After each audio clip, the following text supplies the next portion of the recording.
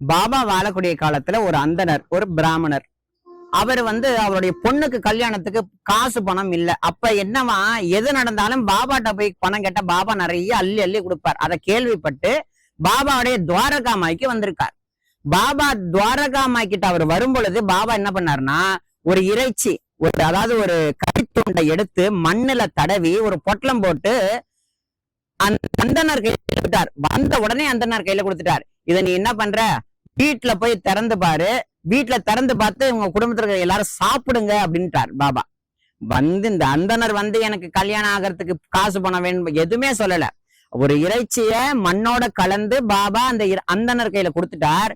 நீ போ அப்படின்ட்டார். நேரா அந்தனர் திரும்பி போறார். போகிற வழியில டவுட், பாபா எல்லாரையும் சேர்த்து சாப்பிட சொன்னாரு, இது என்னவா இருக்கும் என்னவா இருக்கும்ன்ற ஆர்வத்துல திறந்து பார்த்தா மாமிசம், இறைச்சி.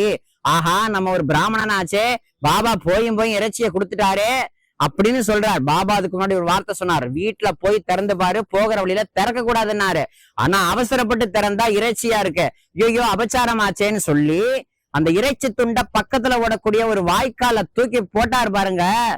அந்த தண்ணியில படறதுக்கு 2 செகண்ட் மட்டும் தங்க கட்டியா மாறி உள்ள போயிட்டு, ஆஹா கிடைச்ச பாக்கியத்தை விட்டுட்டோமே, பாபா அப்பயே திறக்க கூடாதுன்னு சொன்னாரே, நம்ம திறந்து வேற பார்த்துட்டோமே, ஏமாந்துட்டோமேன்னு பாபாவுடைய கிருப்பையை நினைச்சு அலறதா இல்ல நம்மளுடைய வினைய நினைச்சு அலறதான்ங்கிற மாதிரி அந்த அந்த அந்தனர் ரொம்ப வேதனைப்பட்டு வீட்டுக்கு போயிட்டு திரும்பவும் பாபாவுடைய அனுகிரகத்தை பெற்று போனார். ஆகையினால ஒரு குரு பிரசாதம் கொடுக்கிறார் அப்படின்னா அத சாதாரணமா யாரும் எண்ணிடக்கூடாது.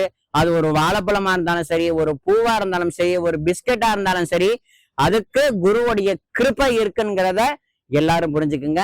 ஓம் சாய்ராம்.